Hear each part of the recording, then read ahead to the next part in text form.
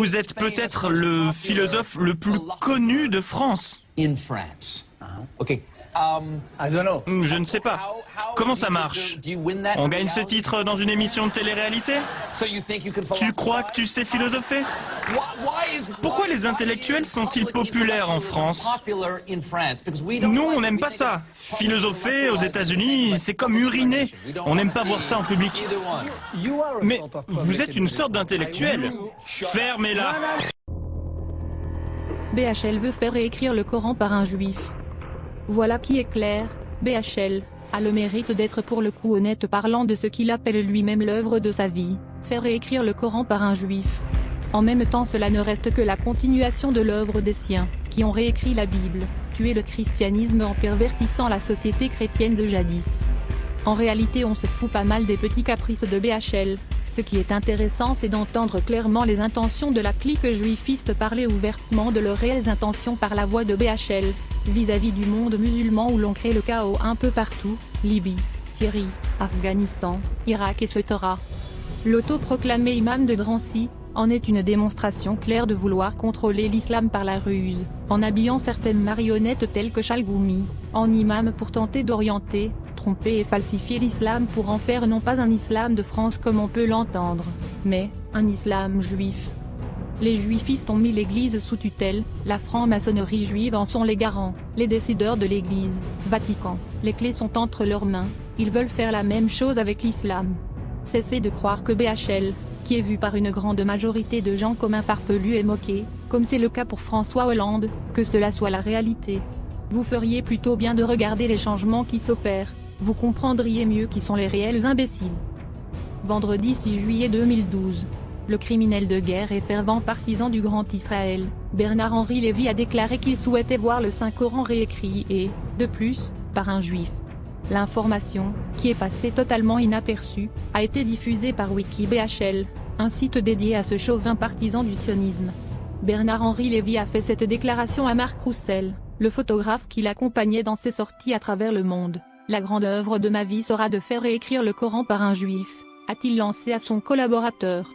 Le photographe révèle que cette confidence lui a été faite à Kaboul, aux premières heures de la guerre lancée par les Américains contre les talibans. Bernard-Henri Lévy n'en est pas à sa première sottise du genre s'agissant de l'islam et des musulmans. Dans un film réalisé à Al-Quds occupé, Jérusalem, il a invité les musulmans à s'inspirer de sa religion, voire à se convertir carrément au judaïsme. Ces dernières années, Lévy se montre particulièrement agressif contre la religion musulmane, alliant propagande anti-arabe et action directe sur le terrain des opérations en Libye et en Syrie.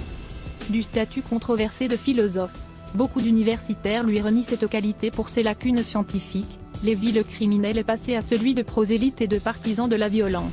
En Libye, il a été pris en photo à Tripoli descendant le drapeau vert, après la chute du régime de Kadhafi, signe qu'il venait de gagner une guerre qu'il a lui-même planifiée et conduite. En Syrie, il ne cesse d'appeler les dirigeants occidentaux à une escalade militaire jusqu'à aboutir à une guerre civile dans un pays où on compte déjà 16 000 morts.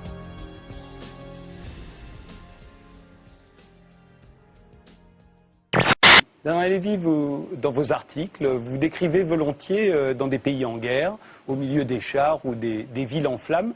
Quel rapport entretenez-vous exactement avec la guerre, depuis longtemps maintenant? Un rapport de détestation et d'horreur. Je déteste la guerre et elle me fait horreur. Pourtant, vous y allez souvent. Soldats, vous avez accompli votre devoir. J'ai appelé un jour, un soir, le président de la République française et je lui ai proposé de lui amener, d'inviter à Paris les membres du Conseil national de transition. Je suis très heureux de l'avoir fait. Ça n'enlève rien à Alain Juppé. Il est arrivé dans son véhicule vitre teintée, les apparences d'une visite officielle. Bernard-Henri Lévy sort accompagné de 3 chefs militaires libyens en provenance de Misrata. Le philosophe les a rencontrés en Libye lors d'un voyage dans cette ville martyre en mai dernier. Il leur ouvre maintenant les portes de l'Élysée. Les rebelles demandent de l'aide et des armes. 1 heure plus tard, le message a été transmis au président Sarkozy. Bernard-Henri Lévy persuadait lui que l'objectif commun est bien compris. L'idée de Kadhafi restant en Libye, ou même dans un pays limitrophe de la Libye, même dans un pays voisin, est une idée qui est juste impensable. ils ne l'accepteront jamais. Et d'ailleurs, ce n'est pas ce qui se passera. Et je ne pense pas non plus d'ailleurs que cela soit dans l'idée de la coalition et en particulier de la France. Dans la matinée, pourtant, le ministre français des Affaires étrangères, Alain Juppé, disait que Kadhafi pouvait rester dans son pays, à condition toutefois qu'il reste éloigné bien à l'écart de la vie politique. À se demander qui décide de la position de la France en ce qui concerne la Libye. En mars dernier, Bernard-Henri Lévy participait déjà à une rencontre à l'Élysée organisée par ses soins avec des rebelles libyens pour ce qui sera la reconnaissance officielle par la France du Conseil national de transition. Une décision lourde de conséquences. Alain Juppé, chef de la diplomatie française, n'était même pas au courant. Entre l'intervention en Côte d'Ivoire et l'intervention militaire en Libye, nous souhaitions que ce soit le début d'une politique autorisée par les Nations Unies qui met la force militaire au service de la protection de populations qui risquent d'être martyrisées par leurs propres dirigeants. Dernière question, qu'est-ce que c'est pour vous qu'une guerre juste? Parce que même si ce n'est pas vous qui la faites, vous avez souvent considéré que la guerre était nécessaire et qu'elle pouvait être juste. Qu'est-ce que c'est une guerre juste pour Bernard-Henri Lévy? Une guerre juste, vous savez, c'est d'abord, ça dépend des cas, mais enfin, je dirais que c'est d'abord une guerre qui fait la guerre à la guerre. En Libye, tout est parti du voyage d'un certain Bernard-Henri Lévy. Oui. Monsieur, vous qui fûtes ministre des Affaires étrangères, oui. Que pensez-vous de votre successeur? Oui, écoutez, Monsieur Lévy, vous êtes fier de succéder à Vergène et à Talleyrand. Oui. Que pensez-vous de votre successeur, Monsieur Lévy? Je n'ai pas le sentiment de voir un successeur ou un héritier même qui puisse être Monsieur Lévy. Écoutez, une Américaine me téléphonait ces jours-ci, me disant, je n'arrive pas à comprendre ce qui se passe. Jacques, expliquez-moi. Je lui dis, mais qu'est-ce qui se passe? Elle me dit, dans une télévision américaine, M. Lévy a déclaré « Le temps est passé où les chefs d'État occidentaux devaient faire des pipes aux dictateurs arabes. » On a dit « Comment peut-on s'exprimer ainsi ?» Je lui ai dit « Il faut te dire compte que c'est une bande de voyous.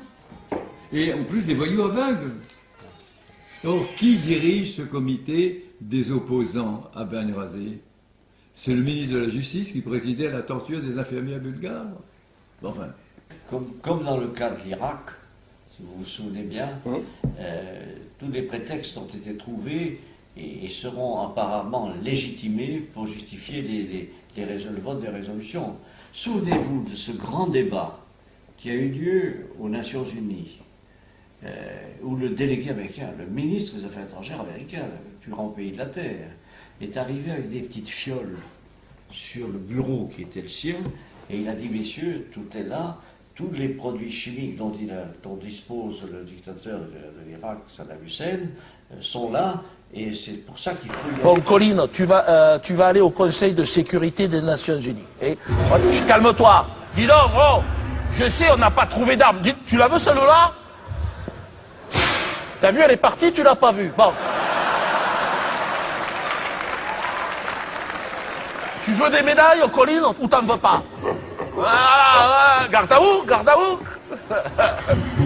Il est con, il est merveilleux. Alors, tu vas acheter une petite fiole en pharmacie et tu vas mettre du jus de pomme dedans. Et tu vas aller au Conseil de sécurité des Nations Unies. Et devant le monde entier, tu vas dire c'est l'arme de destruction massive. On l'a trouvé dans la poche de Saddam. Tu fais pas tomber par terre. Parce que si tu fais tomber, ils vont dire, dis donc, il est pas massif, sa destruction. Hein? Allez, vas-y, et quand tu reviens, je te donne la médaille. Hein? Et après, on a prouvé qu'il y avait... Des mauvaises langues disaient que c'était Bernard-Henri Lévy, qui dans les toilettes avait pissé dans les... Toujours lui. C'est vrai qu'il est partout, lui. Il est partout. Et, mais c'est terrifiant. C'est un penseur. Non mais écoutez, c'est terrifiant, moi en tant que Français, encore une fois, de voir que c'est ce monsieur qui devient le porte-parole de l'engagement des troupes françaises en Libye. Sans passer par les contrôles habituels, qui parle depuis le perron, qui appelle de là-bas le président de la République pour lui dire voilà ce qu'il faut faire, etc. Donc on est vraiment dans un État qui n'est plus l'État souverain que l'on connaissait. Imaginez le général de Gaulle, je ne veux pas parler des autres, mais le général de Gaulle dans cette situation, avec va en guerre, qui là-bas l'appelle, en Indochine ou ailleurs, en général il faut venir. C'est un côté stupide. Stupide. Il n'y a plus d'État, c'est un état de choses. Petites choses. Là aujourd'hui, la nouveauté, et ça, il faut dire qu'on le doit, en effet, ça sera la France qui aura fait ça. Et ça sera son président de la République. Dieu sait que je ne suis pas suspect de complaisance. Actuellement, qu'est-ce qui se passe? On essaye de chasser quelqu'un pour prendre le pays et l'exploiter. Mais qui est Kadhafi? Écoutez, en novembre, ne tournons pas autour du pot, en novembre, il y a une réunion à Paris, à l'hôtel Concorde, entre des traîtres libyens et des hommes d'affaires français. Qu'est-ce que vous voulez dire par traître libyen? Des Libyens prêts à s'insurger. Donc traître à Kadhafi. À Kadhafi. C'est plutôt une vertu d'être traître à Kadhafi. Appelons-le des héros, si vous voulez, ou des saints. Des hommes d'affaires français, M. Bernard-Henri Lévy. Tout ce monde préparé depuis novembre. Parce que, ne mélangeons pas les choses. En Tunisie, il y a eu un raz-de-marée populaire. Le gouvernement a été remplacé par un océan humain. Et que faisait la France à ce moment-là? Elle faisait une petite opération immobilière. Bon, c'est pas très glorieux. En Égypte, vous faites allusion à l'ancien ministre des Affaires étrangères, Michel Alliot-Marie. Exactement. Vous avez compris tout de suite. En Égypte, merci. Une marée populaire renverse le gouvernement. Le Premier ministre français était l'invité du dictateur. Vous voulez dire qu'en Libye, il n'y a pas de légitimité populaire au mouvement, c'est ça? Il n'y a pas eu un mouvement populaire qui ait renversé le régime, non, comme en Tunisie ou en Égypte. Est-ce que vous maintenez... Et puisqu'on essaye de les armer. J'ai promis une république irréprochable. Et c'est ce que nous faisons.